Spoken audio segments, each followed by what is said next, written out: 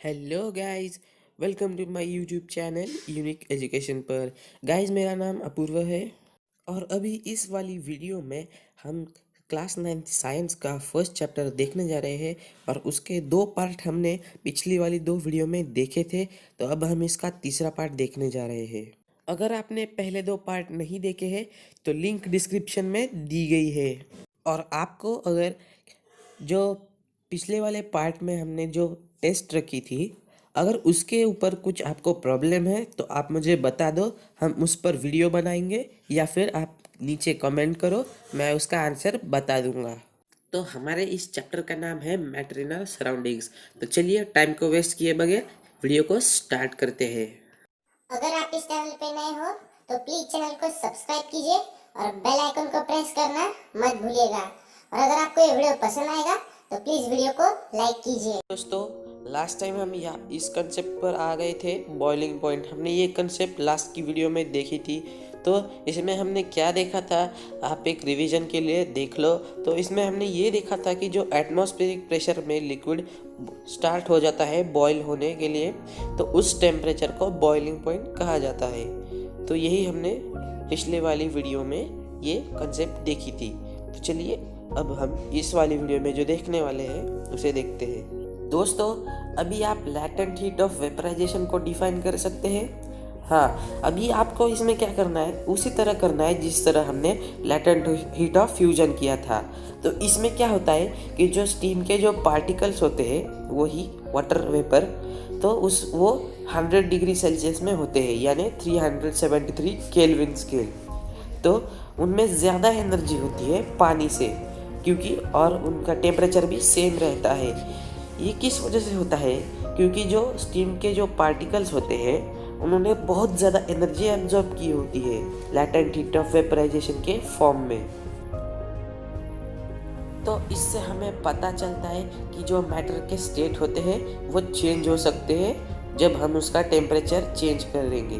तो ये इसमें देखिए, आप इस डायग्राम में देख पा सकते हो कि जब सॉलिड होता है इसे हीट करते हैं तो लिक्विड में बदल जाता है, और हीट करते हैं तो गैसेस में बदल जाता है।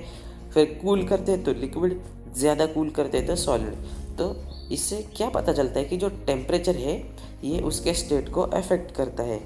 तो हमने देखा था कि जो सब्सटेंसेस हमारे अराउंड है तो वो अपना स्टेट चेंज करते हैं, सॉलिड टू लिक्विड या लिक्विड टू गैस, जब हम उसे हीट लगाते हैं। पर कुछ ऐसे भी होते हैं जो डायरेक्टली सॉलिड स्टेट से गैसेस स्टेट में बदल जाते हैं और गैसेस स्टेट से सॉलिड स्टेट में, यानी वाइस वर्सा। ये ऐसे कुछ होते हैं जो बिना लिक्विड स्टेट जाए डायरेक्टली सॉलिड स्टेट से लिक्विड स्टेट जाते हैं। अभी आप बोलोगे कि ये क्या बोल रहा है, तो ऐसा कैसा हो सकता है? तो ऐसा होता है, तो अब हम एक एक्टिविटी से करके देखते हैं। तो इस एक्टिविटी में हमें ये करना है कि थोड़ा सा कैम्फोर या अमोनियम क्लोराइड लेना है और उसे क्रश करके एक चाइना डिश में डाल देना है। और फिर उसमें क्या करना है, हमें एक उल्टा फनेल यानी इन्वर्टेड फनेल उस चाइना डिश के ऊपर रख देना है। और जो उसका अगला पार्ट होगा, यानी इधर जो खुला पार्ट होगा एक, तो वहाँ पर हमें कॉटन का प्लग डाल देना है और उसे बर्नर पर रख देना है।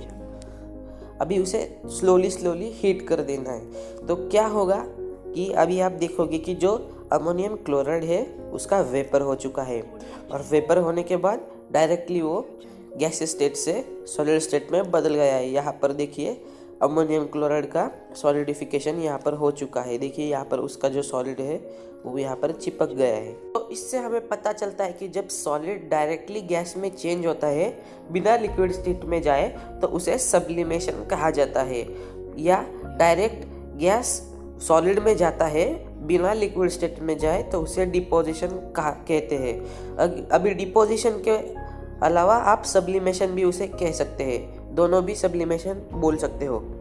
दोस्तों, अभी मैं आपको एक इम्पॉर्टेंट चीज़ बताने वाला हूँ। आप भी बोल रहे होंगे कि ये केल्विन स्केल क्या होती है, तो मैं अभी आपको ये केल्विन स्केल क्या होती है ये बता देता हूँ।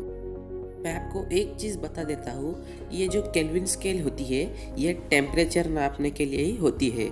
जैसे सेल्सियस स्केल होती है वैसे केल्विन स्केल होती है। तो अब मैं आपको बताने वाला हूँ कि कैसे किसी टेम्परेचर को सेल्सियस स्केल से केल्विन स्केल में बदल सकते हैं, या केल्विन स्केल से सेल्सियस स्केल में कैसे बदल सकते हैं। तो मैं अभी आपको बता देता हूँ कि जब सेल्सियस स्केल का 0 डिग्री होता है तब केल्विन स्केल का 273.16 केल्विन स्केल होता है। इसलिए हमने हमारे लिए थोड़ा इजी जाए इसलिए हमने उसे राउंड फिगरली 273 केल्विन स्केल रखा है। तो इससे हमें पता चलता है कि जब हमें केल्विन स्केल से सेल्सियस स्केल में बदलना होगा तो हम उससे 273 सब्ट्रैक्ट करेंगे, और जब हमें सेल्सियस स्केल से केल्विन स्केल में बदलना होगा तो हम उस दिए गए टेम्परेचर में 273 ऐड करेंगे। हमने पढ़ा था कि जो मैटर के स्टेट होते हैं वो एक दूसरे से अलग क्यों होते हैं। उसका एक कारण है कि उसके बीच के जो पार्टिकल्स है उनके बीच का डिस्टेंस उसे एक दूसरे से डिफर करता है।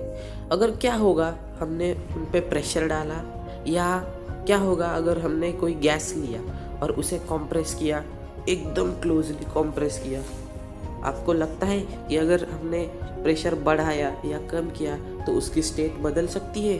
तो चलिए इस वाली पॉइंट में हम देखने जा रहे हैं कि क्या प्रेशर का इफेक्ट उसे एक मैटर को चेंज कर सकता है, उसकी स्टेट चेंज कर सकता है। तो इसलिए हमारे इस पॉइंट का नाम है effect of change of pressure. दोस्तों कुछ इस तरह हमें एक सिलेंडर और एक पिस्टन से गैस को ऐसे प्रेशर डालना है, फिर आपको पता चलेगा कि वो पहले लिक्विड में स्टेट चेंज करेगा और फिर उसके बाद वो सॉलिड बन जाएगा। तो इससे हमें पता चलता है कि जो प्रेशर है वो मैटर पे इफ़ेक्ट करता है। क्यों? क्योंकि वो उस पर ज़्यादा प्रेशर डालने पर उसका चेंज, मतलब जो मैटर की स्टेट है वो चेंज हो जाएगी। क्या आपने कभी सॉलिड कार्बन डाइऑक्साइड के बारे में सुना है? ये इस तरह स्टोर होता है कि उस पे बहुत ज़्यादा प्रेशर होता है, बहुत ज़्यादा प्रेशर में ये स्टोर होता है, और ये डायरेक्टली कन्वर्ट होता है गैसियस स्टेट में जब उसका प्रेशर डिक्रीज होता है, या फिर वो 1 एटमॉस्फेयर प्रेशर में आता है बिना किसी लिक्विड स्टेट में जाए। और इसी वजह से ये जो कार्बन डाइऑक्साइड होता है उसे ड्राई आइस कहा जाता है। और इससे हम ये पता लगा सकते हैं कि जो प्रेशर और टेम्परेचर है वो किसी सब्सटेंस का स्टेट डिटरमाइन करता है, जबकि वो सॉलिड होगा या लिक्विड होगा या गैस होगा।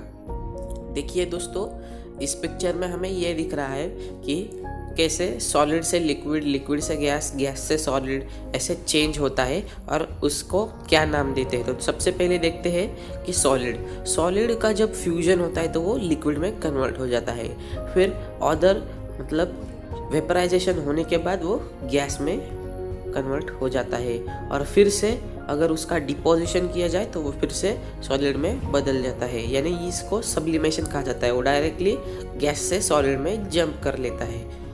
बाकी के ये जैसे कि ये कई थोड़े गैस होते हैं कि डायरेक्टली गैस से सॉलिड में जंप कर लेते हैं, पर बहुत से गैसेस ऐसे होते हैं कि जो पहले कंडेंस होते हैं, फिर लिक्विड हो जाते हैं, और फिर बाद में सॉलिडिफिकेशन के बाद सॉलिड हो जाते हैं।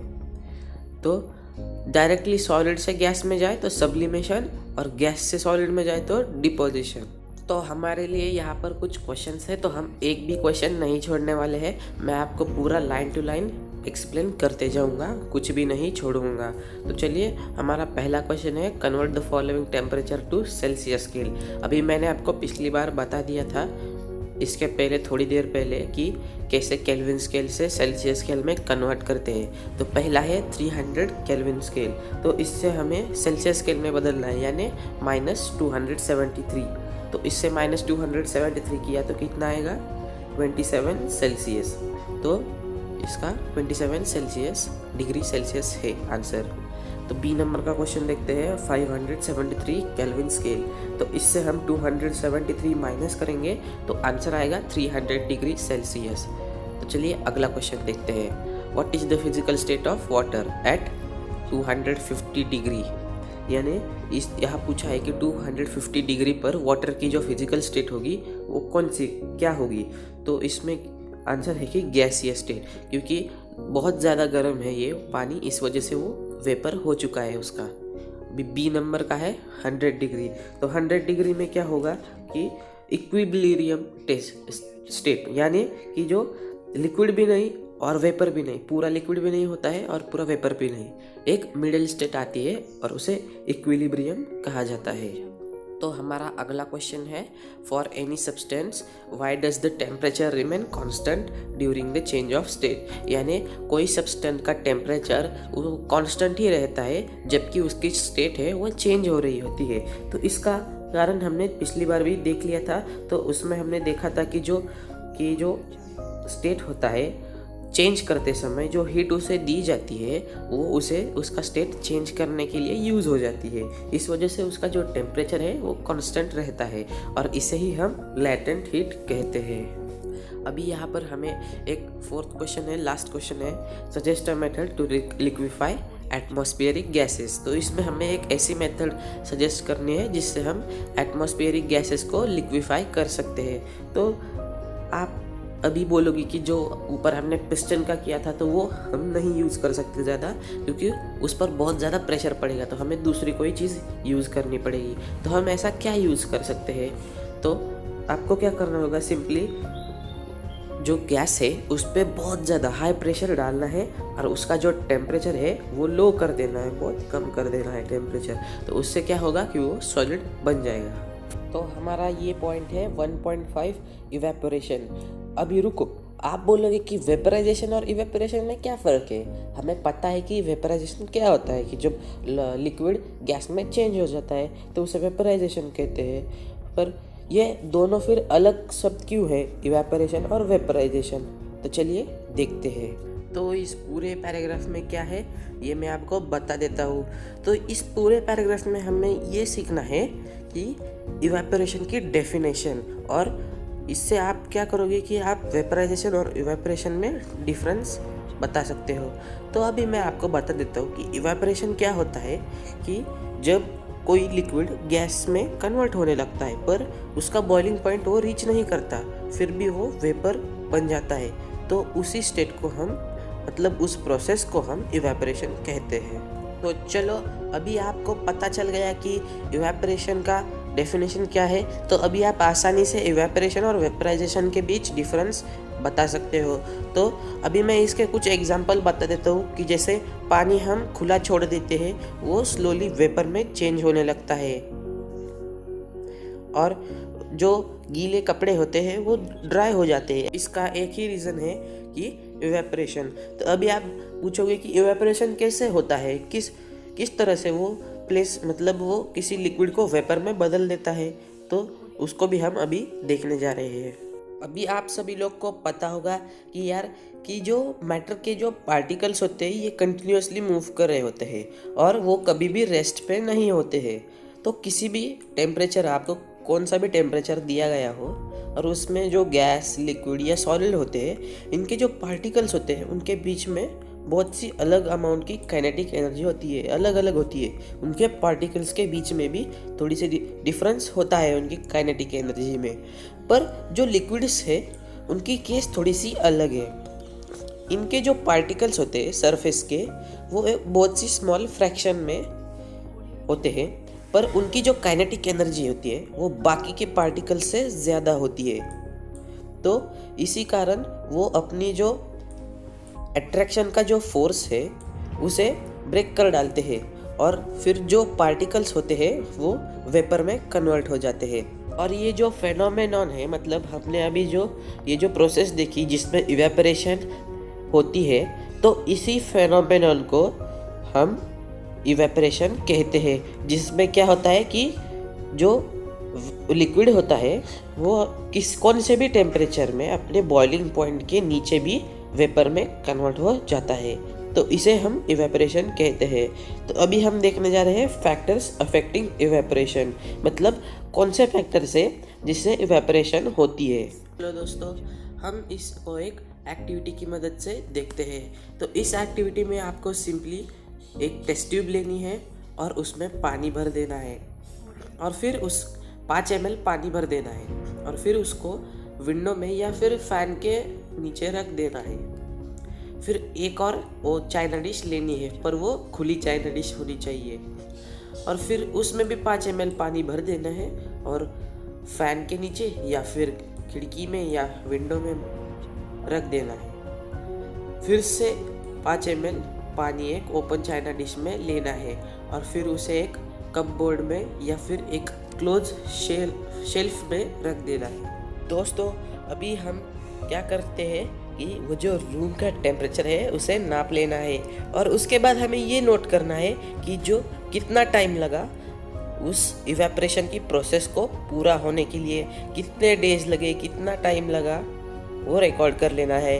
बाद में ये सभी 3 स्टेप हमें फिर से एक बार रिपीट कर लेनी है। कब? रेनी डे पर, यानी बारिश के दिन पर हमें ये रिपीट कर लेनी है और फिर हमारे ऑब्जर्वेशंस को रिकॉर्ड कर लेना है। तो इससे आप अनुमान लगा सकते हो कि जो टेम्परेचर है, सरफेस एरिया है, विंड है, वेलोसिटी यानी स्पीड, इन सभी चीज़ों का इवेपोरेशन के ऊपर कुछ तो इफेक्ट हो रहा है। ये आपने कभी ऑब्जर्व किया है? मतलब आप अनुमान लगाया है आपने कभी? तो हाँ, हमने ये ऑब्जर्व किया है कि जो इवेपोरेशन का रेट होता है वो ये सारी चीज़ों से इंक्रीज हो जाता है। अभी पहला है कि an increase of surface area, मतलब सरफेस एरिया का इंक्रीज। तो हमें पता है कि सरफेस एरिया का जो इवेपोरेशन होता है वो एक फेनोमेनॉन है, नेचुरल फेनोमेनॉन है। जब सरफेस एरिया ज़्यादा होता है तो इवेपोरेशन भी ज़्यादा होती है, बढ़ जाती है। देखिए हम इसे एक एग्जांपल से देखते हैं। जैसे कि हमारे क्लोथ्स, ये हम बाहर ड्राइंग के लिए बहुत ज़्यादा सरफेस एरिया मतलब स्प्रेड करके रख देते हैं। क्यों? क्योंकि जैसे ही सरफेस एरिया बढ़ेगा उसका जो इवेपोरेशन का रेट होगा वो भी बढ़ेगा। तो चलिए अगला पॉइंट देखते हैं, एन इंक्रीज ऑफ टेम्परेचर, मतलब जो टेम्परेचर होता है उसमें इंक्रीज होना। तो जैसे ही टेम्परेचर इंक्रीज होता है उनके जो पार्टिकल्स होते हैं, किसके? पानी के जो पार्टिकल्स होते हैं उन्हें बहुत सी काइनेटिक एनर्जी इनफ मिल जाती है जिससे वो वेपर स्टेट में बदल जाते हैं। अभी अगला पॉइंट है डिक्रीज इन ह्यूमिडिटी। इसका मतलब है कि जो ह्यूमिडिटी है उसका डिक्रीज हो जाना। अभी ह्यूमिडिटी का मतलब है कि जो हवा में वाटर वेपर होता है उसके अमाउंट को ह्यूमिडिटी कहते हैं।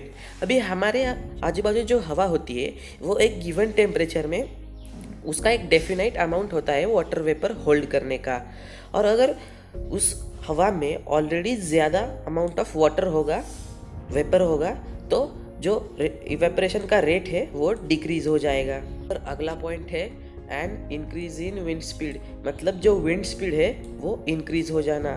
अभी ये एक कॉमन ऑब्जर्वेशन है कि जो हमारे क्लोथ्स होते हैं वो एक विंडी डे पर फास्टली ड्राई हो जाते हैं। क्यों?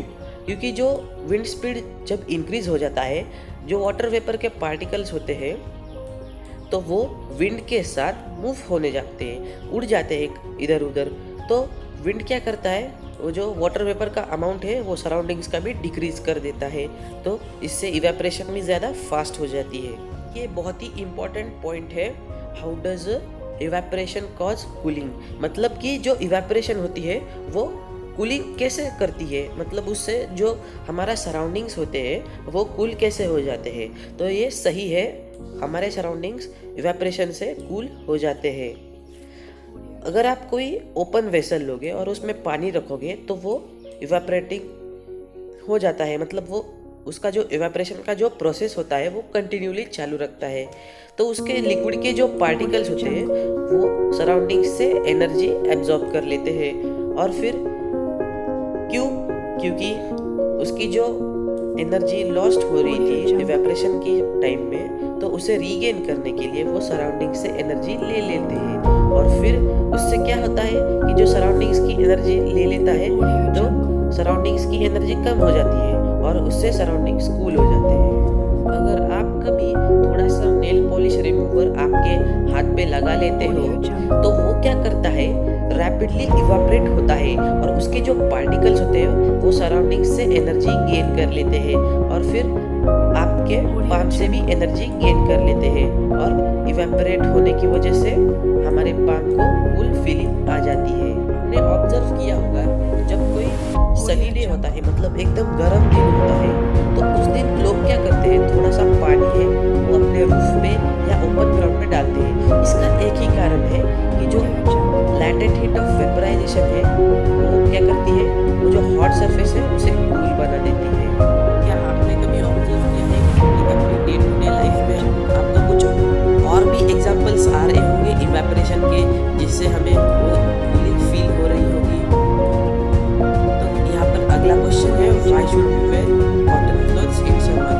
तो आप हमेशा समर में कॉटन क्लॉथ्स ही क्यों पहनते हो? तो जब समर होता है हमारी बॉडी क्या करती है, ज़्यादा पसीना बहाती है, उसका ये मैकेनिज्म होता है, और फिर उससे क्या होता है, हम कूल रहते हैं। आप बोलोगे कि भाई पसीना आने से कैसे हमारी बॉडी कूल हो सकती है? तो मैं आपको बता देता हूँ, हमने पढ़ा था कि जो इवेपोरेशन होती है उनमें जो सरफेस एरिया के जो पार्टिकल्स होते हैं वो एटमॉस्फेयर से एनर्जी है वो गेन कर लेते हैं, और फिर जो बॉडी सरफेस है उससे भी गेन कर लेते हैं थोड़ी बहुत। तो उससे क्या होता है कि उनको इतनी एनर्जी मिल जाती है कि वो वेपर में कन्वर्ट हो जाए, और ये energy latent heat of vaporisation के लिए इक्वल होती है, क्योंकि वो बॉडी से भी एब्जॉर्ब हो रही होती है और एटमॉस्फेयर से भी, और फिर उससे क्या होता है कि जो बॉडी है वो कूल हो जाती है। आपको पता है ये जो कॉटन है जो कॉटन का फूड एब्जॉर्बर है, और ये क्या करता है कि ये जो स्वेट होता है हमारा उसे एब्जॉर्ब करने में बहुत मदद कर देता है, और जो स्वेट है वो जो पानी है उसे जो बाहर का एटमॉस्फेयर है वहाँ पर एक्सपोज कर देता है। क्यों? क्योंकि जो पानी है उसका इवेपोरेशन ईजी होने के लिए। तो यही कारण है कि हमें एडवाइस दी जाती है कि समर में कॉटन क्लॉथ्स ही पहनना।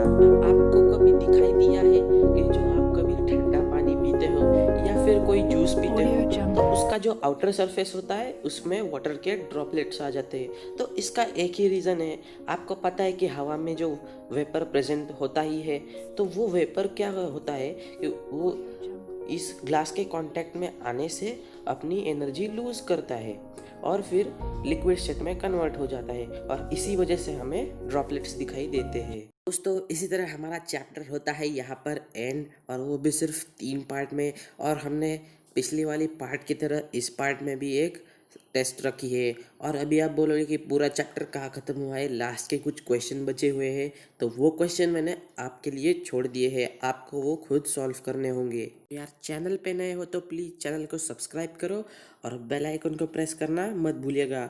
और अगर आपको ये वीडियो पसंद आया है तो प्लीज़ वीडियो को लाइक करो।